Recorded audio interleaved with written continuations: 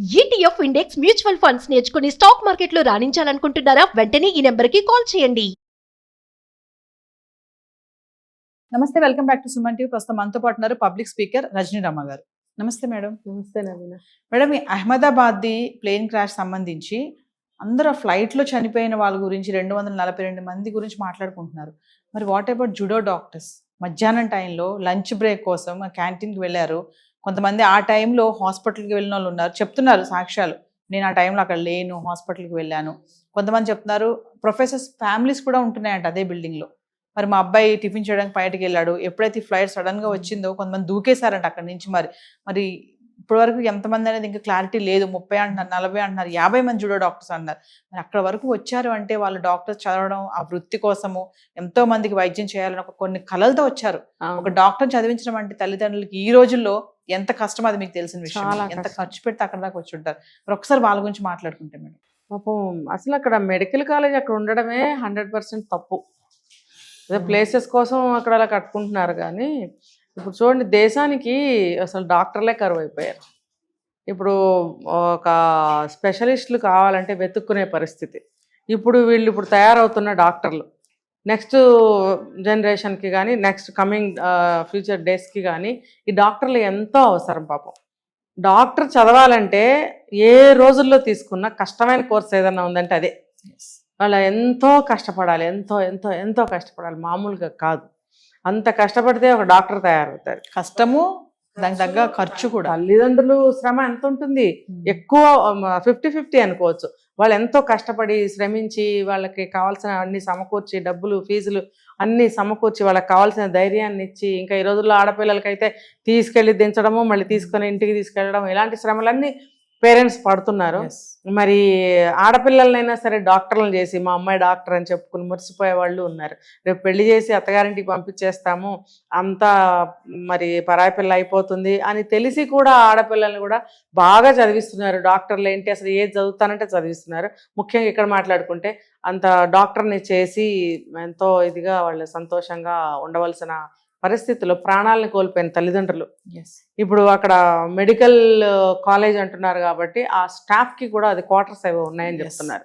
అంటే మెడికల్ ఉంటున్నాయి అక్కడ. ఈ డాక్టర్స్ ప్రొఫెసర్స్ ఉంటారు, మెడికల్ స్టూడెంట్స్కి విద్య బోధించడానికి ప్రొఫెసర్స్, వాళ్ళకి కూడా అక్కడ క్వార్టర్స్ అనేవి ఇవ్వటం జరుగుతుంది. కాలేజ్ ప్రిమిసెస్ అంతా దగ్గరలో ఉండాలి కదా వాళ్ళకని అక్కడే క్వార్టర్స్ అన్నీ అలాట్ చేయడం అనేది జరుగుతుంది. సో పాపం వాళ్ళు కూడా భోజనాలు చేస్తూ ఈ క్రాష్కి గురై చనిపోయారు. ఎవరు ఊహించారు? ఉన్నది ఉన్నట్టుగా ఎక్కడ ఉన్న వాళ్ళు అక్కడ ఏ పని చేస్తారో. అన్నం కూడా అలానే ఉందంటే అన్నీ ఎక్కడెక్కడ చెల్లా చెదురు వస్తుంది. భూమి అని ఒక్కసారి వచ్చేది. దాని ముందు భాగం చూసారా ఎలా ఉందో? భయం వేసింది నాకైతే. అది ఎంత ఫోర్స్ తో వచ్చి బిల్డింగ్ లోపల నుంచి బిల్డింగ్ బయటకు వచ్చింది. పెన్సిల్ కి కొన ఎలా ఉంటుంది మేడం, అలా ఉంది. ఆ బిల్డింగ్ ని దూసుకుని బిల్డింగ్ బయటకు వచ్చింది. అది బిల్డింగ్ అంతా కూలిపోయింది. అది పునాదులతో సహా కదిలిపోయింది. ఎన్నో అంతస్తు చెప్తున్నారు మీరు. 125 లీటర్ల పెట్రోల్ పేలితే మరి అమ్మో, నల్లటి పొగ దాని వల్లే వచ్చింది. అది హైలీ ఫ్లేమబుల్. అది చాలా జాగ్రత్తగా ఉండాలి. దానికి అది గుద్దుకోవడం వల్ల బ్రేక్స్ వచ్చేసి ఏమవుతుంది, లీక్ అయిపోతుంది. అది ఒక డ్రాప్ లీక్ అయితే ఏంటి నవీనా, అక్కడ చిన్న డ్రాప్ ఏదన్నా మన పెట్టి అగ్గిపుల్లకి ఏంటి ఏమవుతుందో అక్కడ. అలాంటిది 125,000 లీటర్ల పెట్రోల్ అంటే అసలు అది ఊహించుకోవడానికే అసలు పదాలు లేవు. ఇమీడియట్లీ దూకేశారంట మేడం చాలా మంది స్టూడెంట్స్. అయితే దూకేస్తే పాపం వాళ్ళ కాళ్ళు చేతులు విరిగిపోయింది. ఇంకా వాళ్ళ లైఫ్కి దేనికి పనికి వస్తున్నారు కాబోయే డాక్టర్లు. అసలు నిజంగా అక్కడ అందరూ కూడా దేవుళ్ళ కిందే లెక్క. డాక్టర్లు అంటే నా దృష్టిలో అయితే దేవుడే. అది చివరికి హాస్పిటల్లో పనిచేసే ఒక నర్సు కనిపించినా నాకు ఒక దేవుళ్ళనే కనిపిస్తారు. వాళ్ళందరూ సర్వీస్ చేసేవాళ్ళు, మన ప్రాణాలని కాపాడేవాళ్ళు. మనకి ఏది నొప్పి వచ్చిందమ్మా నర్సుకు చెప్పినా సరే మన బాధ తీరుతుంది అన్నంత భావనలో పేషెంట్ ఉంటారు. అటువంటి పాత్ర వాళ్ళది. తల్లిదండ్రులు కూడా ఎంత బాధ మేడం. ఒక్క పిల్లలే ఉన్న వాళ్ళు ఉంటారు, అవును, ఇద్దరున్న వాళ్ళు ఉంటారు, ఎవరైనా. ఇంకా కడుపు కోతకి మనం ఏమి చెప్పినా ఏం చేసినా అది తీరనిది. ఇంకా పిల్లలు మిగిలి పేరెంట్స్ పోయిన వాళ్ళు ఉన్నారేమో. ఇంకా మనకు అవన్నీ బయటకు రావాల్సింది ఉంది. ముఖ్యంగా ఏంటంటే వీళ్ళు ఆ స్టేట్ గవర్నమెంట్ జాగ్రత్తలు తీసుకుని ఉండాల్సింది. ఎందుకనంటే ఈ ఫ్యూచర్ ఆలోచించాలి. ఇదే నేను చెప్తుంది, తెలివితేటలు ఉపయోగించాలి. ఇప్పుడు ఆ మెడికల్ కాలేజ్ని, బీజే మెడికల్ కాలేజ్ అక్కడి నుంచి వేరే దగ్గర పెట్టుకుంటే బాగుంటుంది. ఇప్పటికైనా ఇంక ఇప్పుడేమి లేదు, అయిపోయింది అనుకోండి. ఇది జరిగింది, క్రాష్ జరిగితే ఎంతమంది డాక్టర్లు పోతారు? కాబోయే డాక్టర్లు అందులో సీనియర్ డాక్టర్స్, ప్రొఫెసర్స్ ఉన్నారు. వాళ్ళు బోధించడం ఒక్కటే కాదు, వాళ్ళకి ఉంటాయి క్లినిక్స్ ఉంటాయి, నర్సింగ్ హోమ్స్ ఉంటాయి, వాళ్ళు కూడా సర్వీసెస్ ఇస్తుంటారు. వాళ్ళు పార్ట్ టైం జాబ్స్ చేస్తూ ఉంటారు హాస్పిటల్స్లో. వాళ్ళు పెద్ద పెద్ద సీనియర్ ఏమంటారంటే వాళ్ళని సర్జన్స్ వాళ్ళు వీళ్ళు ఉంటారు వాళ్ళలో. మరి అటువంటి పెద్ద పెద్ద వాళ్ళని కోల్పోయామే. మరి గవర్నమెంట్ అసలు అక్కడ ఎందుకు అలౌ చేసింది అనేది నాకు ఇప్పటికీ అర్థం కావట్లేదు. అది దేశానికి వాళ్ళు అవసరం, వాళ్ళని కాపాడుకోవాలి. వాళ్ళకి ఒక ప్రత్యేకమైన బిల్డింగ్స్, ప్రత్యేకమైన ప్లేసులు వాళ్ళకి ఉండాలి. ఎయిర్పోర్ట్ పక్కనే నాకు భలే ఆశ్చర్యంగా ఉంది ఇది. మన తెలుగు స్టూడెంట్ కూడా అక్కడ ఉన్నాడు మేడం. తనతో ఒక ఛానల్ వాళ్ళు మాట్లాడినప్పుడు నేను అక్కడ లేనండి, ఆ టైంలో హాస్పిటల్లో ఉన్నాను అని చెప్తున్నాడు. ఆ ఇన్సిడెంట్ జరిగిన టైంలో మరి కళ్ళారా చూడలేదన్నమాట. మరి అక్కడ చూసి బతికి బట్టగట్టిన వాళ్ళు చెప్తారు, ఇంకా బాగా చెప్తారు. మనకి వస్తాయి నెక్స్ట్ దానికి సంబంధించిన మెసేజ్లని. కాకపోతే ఏంటంటే నాకు బాధ, భయం కలుగుతుంది. మనకి డాక్టర్స్ లేకుండా పోయారే. ఇంతమంది డాక్టర్స్, సీనియర్స్, చదివేవాళ్ళు, మరి చదువు అయిపోయిన వాళ్ళు, వీళ్ళందరూ డాక్టర్సే కదా నవీన. మరి దేశానికి ఇంతమంది డాక్టర్లను కోల్పోయామంటే ఎంత నష్టం మరి అది మనకి. ఏదేమైనా రజనీరమ్మ గారు, ఈ ఇన్సిడెంట్ అనేది మర్చిపోలేని ఘటన. అంటే చాలా జరిగాయి గతంలో, కానీ ఇది పెద్దదని అంటున్నారు నిపుణులు చాలా మంది.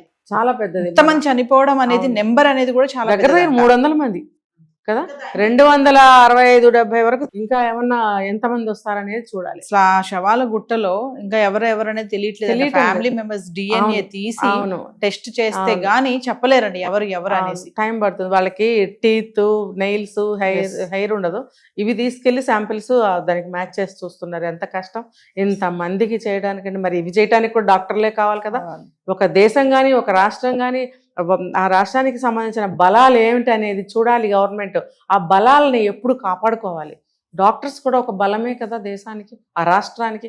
ఇప్పుడు ఆ రాష్ట్రంలో ఉన్న డాక్టర్స్ వాళ్ళందరూ, ఇప్పుడు మీరు అన్నారు తెలుగు అబ్బాయిని, బయట నుంచి కూడా వెళ్ళి చదువుకుంటున్నారు. ఇది వాళ్ళ రోజున వేరు వేరు స్టేట్స్కి వెళ్ళి రకరకాల చదువులు చదువుతున్నారు.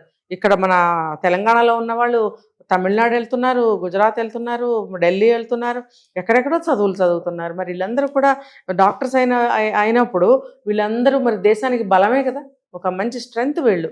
ఏదన్నా మనకి వచ్చింది అని అంటే బయట నుంచి ఎక్స్పర్ట్స్ని పిలిపించుకునే కంటే మనకి ఎక్స్పర్ట్స్ ఇండియాలోనే ఉన్నారు అనుకునే ఆశని కోల్పోతున్నామా?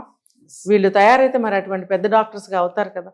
మనం కాపాడుకోవాల్సిన పూచి మన రాష్ట్ర ప్రభుత్వానికి కానీ, దేశ ప్రభుత్వానికి కానీ ఉంది. ఇంకా ఈ స్టూడెంట్స్ చదివే వాళ్ళు ఎవరైనా కూడా వాళ్ళు కూడా తెలుసుకోవాలి, ఈ కాలేజ్ ఎక్కడుంది, మనం వెళితే బాగుంటుందా, ఇవన్నీ ఆలోచించుకొని వెళ్ళాలి. ఎలా ఉంది ఏంటి, అక్కడ మనకి సెక్యూరిటీ ఉందా లేదా, ఏమేమి ఉన్నాయి.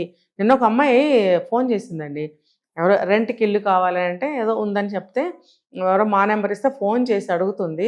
ఎక్కడి మహారాష్ట్ర నుంచి ఫోన్ చేసి అడుగుతుంది, ఈ లొకేషన్ ఎక్కడ, నేను ఫలానా ప్లేస్లో జాబ్ చేస్తున్నాను, అక్కడికి ఈ ఇంటికి ఎంత డిస్టెన్స్ ఉంటుంది. మాకు అసలు ఏ సంబంధం లేదు, జస్ట్ అది హెల్ప్ మా నెంబర్ ఇచ్చారంట.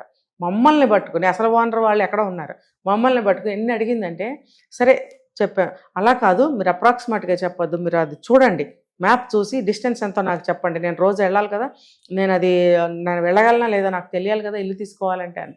మాకేంటి అవసరం, అయినా కూడా మేము తెలుసుకుని ఇంత డిస్టెన్స్ అండి అని చెప్పాం.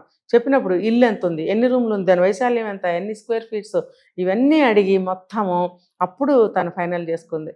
మరి అలాంటి వాళ్ళ జీవితాలు బాగుంటాయి కదా. ఇప్పుడు తను ఎక్కడి నుంచో డైరెక్ట్ సామాన్లు తీసుకొచ్చేసి ఇంట్లోకి వచ్చేసి ఇక్కడి నుంచి ఆఫీస్కి వెళ్ళాలి, అవన్నీ ముందుగానే తెలుసుకుంటుంది ఆవిడ. అది అలాగే చదువుకోవడానికి వెళ్ళినప్పుడు మనం అవన్నీ తెలుసుకోవాలి. తెలుసుకుని మనం అక్కడ చదువులకు వెళ్ళాలి అనేది కూడా మనం తెలుసుకోవాలి ఇక్కడ. Thank you ma'am.